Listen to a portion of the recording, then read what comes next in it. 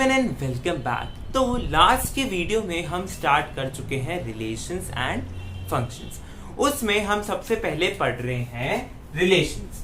ठीक है, तो रिलेशंस में हम क्या पढ़ चुके हैं? रिलेशन से पहले हमें एक चीज पता होनी चाहिए, वो है ऑर्डर्ड पेयर। और फिर हमने क्या देखा था? Cartesian product. ये दोनों टॉपिक हम लास्ट की वीडियो में पढ़ चुके हैं। ठीक है, रिलेशंस में क्या होता है, इन दोनों चीजों का यूज होता है और फंक्शंस में भी इनका यूज होता है। ओके, तो इस वजह से हमने इन्हें पढ़ा और इनकी जो इनको हम पढ़ते हैं उसमें हम सेट्स का यूज करते हैं। जब हम कार्टेशियन प्रोडक्ट करते हैं तब हम सेट्स का यूज करते हैं, तो हमने वो देखा पहले। ठीक है, तो लास्ट की वीडियो में हम ये पढ़ चुके हैं। अब जैसा कि हमारी बात हुई थी, हमें देखना है कार्टेशियन प्रोडक्ट के कुछ रिजल्ट्स और या आप बोल सकते हैं कुछ प्रॉपर्टीज। ठीक है, तो कार्टेशियन प्रोडक्ट की कुछ रिजल्ट्स या कुछ प्रॉपर्टीज हमें जो देखनी है वो क्या क्या है। हमने सेट थ्योरी में क्या क्या पढ़ा? सेट थ्योरी में हमने पढ़ा यूनियन, इंटरसेक्शन, आपको याद हो तो union, intersection, difference etcetera etcetera. तो ऐसे ही हमें देखने हैं रिजल्ट्स ऑन कार्टेशियन प्रोडक्ट। ठीक है, यूजुअली इनके प्रूफ आपसे कोई नहीं पूछेगा। ये सिर्फ ऐसे रिजल्ट्स हैं कि आप अगर कुछ और प्रूफ करना चाह रहे हैं या आप कहीं पर कुछ सॉल्व करना चाह रहे हैं तो आपको ये रिजल्ट्स पता होने चाहिए ताकि आप इनका यूज कर सकें। ठीक है, तो जैसे कि अब मैं आपको पहले ही बता दूं, ए बी सी डी या फिर आप जितने भी सेट्स यहाँ यूज करेंगे वो नॉन एम्प्टी सेट्स हैं। ठीक है, अगर कहीं पर एम्प्टी सेट्स होंगे तो मैं पर्टिकुलरली आपको इंडिकेट करूंगा, वो सब non empty well defined sets हैं। ठीक है, तो सबसे पहला है कि A cross B union C क्या होगा। ठीक है, ऐसे ही A cross B intersection C क्या होगा और ऐसे ही A cross B minus C क्या होगा। यानी कि A का आप कार्टेशियन प्रोडक्ट ले रहे हैं किससे? B यूनियन C से, B इंटरसेक्शन C से, B माइनस C यानी डिफरेंस ऑफ सेट्स। तो B यूनियन C से आप करेंगे तो A cross B union A cross C। ऐसे इंटरसेक्शन करेंगे तो A cross B intersection A cross C। ऐसे ही माइनस करेंगे तो A cross B minus A cross C। ठीक है, तो ये कुछ ऐसे रिजल्ट्स हैं कि आपको पता होने चाहिए कि आप इनका डायरेक्ट यूज कर सकें और डायरेक्ट जल्दी जल्दी आंसर निकाल सकें। सपोज आपसे कोई एबीसी सेट गिवन है और आपसे ये पूछ लिया, तो आप पहले A क्रॉस B निकालेंगे, फिर A क्रॉस C निकालेंगे, फिर माइनस करेंगे। 3 स्टेप हुई। लेकिन अगर आपको पता है कि ये फॉर्मूला किसके इक्विवेलेंट है, इसके, तो आप क्या करेंगे? डायरेक्ट B माइनस C करेंगे और A से क्रॉस प्रोडक्ट करेंगे, A से कार्टेशियन प्रोडक्ट निकाल लेंगे। तो आपका क्या हुआ? 2 स्टेप में हो गया ना। 3 से कम ही होती ना 2 स्टेप तो, राइट। तो देखिए कुछ और रिजल्ट हमारे पास हैं। कुछ और रिजल्ट किस तरह से हैं, तो देखिए ये 3 रिजल्ट तो हम देख चुके हैं। अब नेक्स्ट रिजल्ट क्या होता है? अगर आपके पास 4 सेट है, जैसा कि मैंने आपको कहा, क्या यहाँ पर हम जितने भी सेट लेंगे वो नॉन एम्प्टी हैं। ठीक है, वेल डिफाइंड सेट्स हैं। अगर कहीं पर एम्प्टी होंगे तो मैं आपको पर्टिकुलरली स्पेसिफाई करूंगा। सो अब क्या बोलता है कि अगर A cross B intersection C cross D, 4 sets है जिनमें से 2 के पेयर का आपने कार्टेशियन प्रोडक्ट किया है, फिर जो कार्टेशियन प्रोडक्ट का रिजल्ट आया उसको आपने इंटरसेक्ट किया है, तो उसका आंसर क्या होगा? उसका आंसर क्या होगा? A intersection C cross Cartesian product B intersection D। तो देखिए आप अब बोलेंगे कि इसमें नंबर ऑफ ऑपरेशंस तो सेम है, नंबर ऑफ ऑपरेशन सेम है, लेकिन यहाँ पर क्या बात है कि किसी भी सेट का इंटरसेक्शन इजी होता है कि कार्टेशियन प्रोडक्ट इजी होता है, ये आप डिसाइड करिए। ठीक है, तो आपको इसका आंसर अपने आप मिल जाएगा। ये जो रिजल्ट्स हैं यहाँ पर, ये आपको नोट्स में नहीं मिलेंगे, ये सिर्फ वीडियो में है, तो प्लीज इन्हें नोट कर लें ताकि आपको फ्यूचर रेफरेंस के लिए ये काम आ सके। ओके, ये आपको नोट्स में नहीं मिलेंगे। नोट्स में आपको कुछ और प्रॉपर्टीज मिलेंगे, कुछ और स्पेसिफिक रिजल्ट्स मिलेंगे, वो भी इंपॉर्टेंट है। ओके, सो इसके बाद क्या बोलता है? देखिए इसके बाद क्या बोल रहा है, अगर A is a subset of B, ये सिंबल मैं आपको बता चुका हूं, ये है सबसेट का सिंबल। ठीक है, ये हम सेट थ्योरी में देख चुके हैं। सेट थ्योरी आपको पता होनी चाहिए, उसको बार बार रिवाइज करते रहे। ठीक है, क्या बोल रहा है? अगर A B का सबसेट है, C D का सबसेट है, ठीक है, तो A cross C is a subset of B cross D। देखिए, लेकिन अगर आप इसमें ऐसा कर दें, A cross B is a subset of C cross D, तो ये जो चीज है ये इक्वल नहीं होगी। ये सबसेट हो ना हो ऐसा जरूरी नहीं है, ठीक है। तो इस चीज को आप बोल नहीं सकते, ये एक कंट्रोवर्सी चीज हो गई आपके लिए, कंट्रोवर्शियल हो गया ये, ठीक है। ये जरूरी नहीं ऐसा होल्ड हो, यूजुअली ऐसा होल्ड नहीं होता। कुछ पर्टिकुलर केसेस है कि अगर बी जो है वो भी सी का सबसेट निकल जाए और फिर डी जो है वो ए बी, ऐसा कर करके कुछ अगर कंडीशंस बनती हैं तब ये आपको होल्ड होएगा, ठीक है। तो क्या बोल रहा है, अगर A is a subset of B and C is a subset of D, यानी कि देखिए सबसेट्स का Cartesian product is a subset of supersets का कार्टेशियन प्रोडक्ट, ठीक है। सबसेट सुपरसेट क्या होता है ये मैं आपको सेट थ्योरी में बता चुका हूं, ठीक है। सेट थ्योरी में जब हमने टाइप्स ऑफ सेट देखे, उसमें जब सबसेट देखा था तभी मैं आपको बता चुका हूं कि सुपरसेट क्या होता है, ठीक है। सुपरसेट क्या होता है, अगर A is a subset of B, क्या है, A is a subset of B, तो आप ऐसा भी बोल सकते हैं कि B is a superset of A, ठीक है। फिर क्या बोल रहा है, अगर A cross B is equal to B cross A, अगर दो सेट का कार्टेशियन प्रोडक्ट कम्यूटेटिविटी होल्ड करता है तो तभी होल्ड करेगा जब दोनों सेट क्या हो जाए, इक्वल हो जाए, जब दोनों सेट इक्वल हो जाए, A is equal to B। ऐसे ही क्या बोल रहा है, अगर A B का सबसेट है, A B का सबसेट है और दोनों तरफ मैंने कार्टेशियन प्रोडक्ट किसी सेम सेट का कर दिया, किसी सेम सेट का दोनों तरफ कार्टेशियन प्रोडक्ट कर दिया, तब भी वो क्या रहेगा, सबसेट ही रहेगा, ठीक है।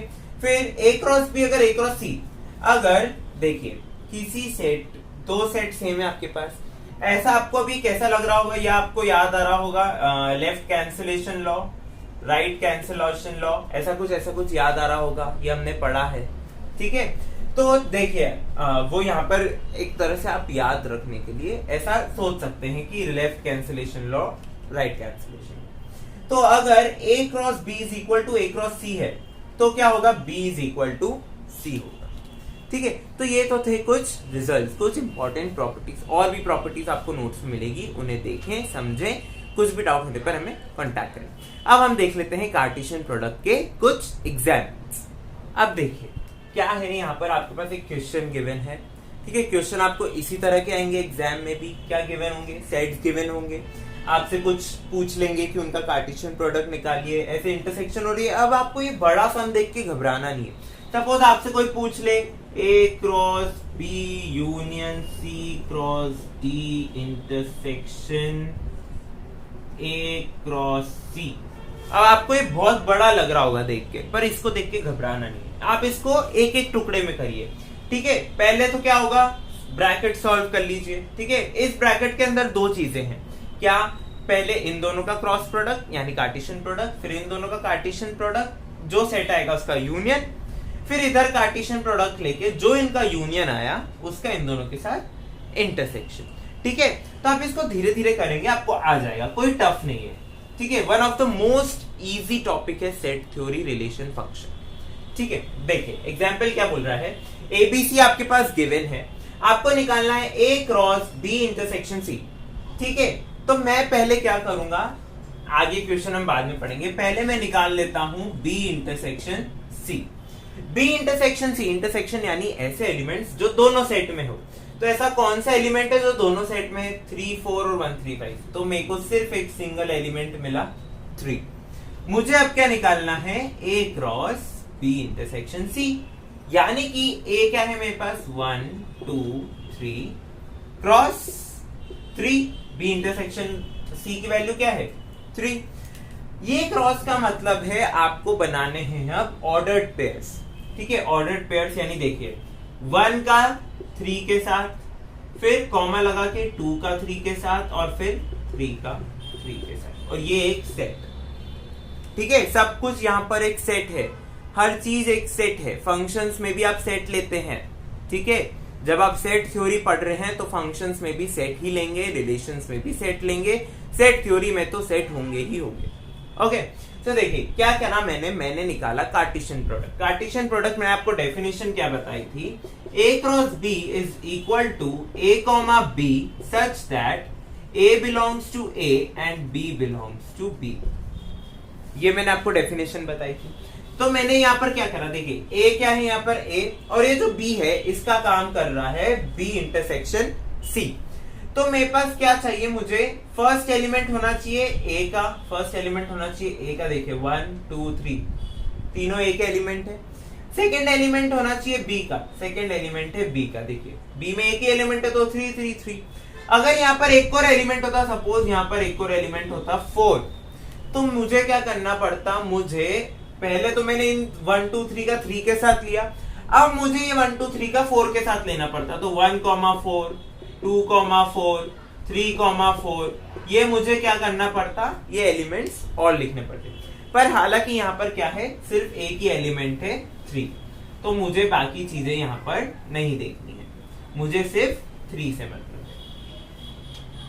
ओके, अब देखिए अब क्या बोल रहा है आगे का क्वेश्चन। आगे क्वेश्चन बोलता है ऑल्सो प्लॉट ग्राफिकली, ठीक है, ग्राफिकली यानी कि आपको इसे ग्राफ पर प्लॉट करना है।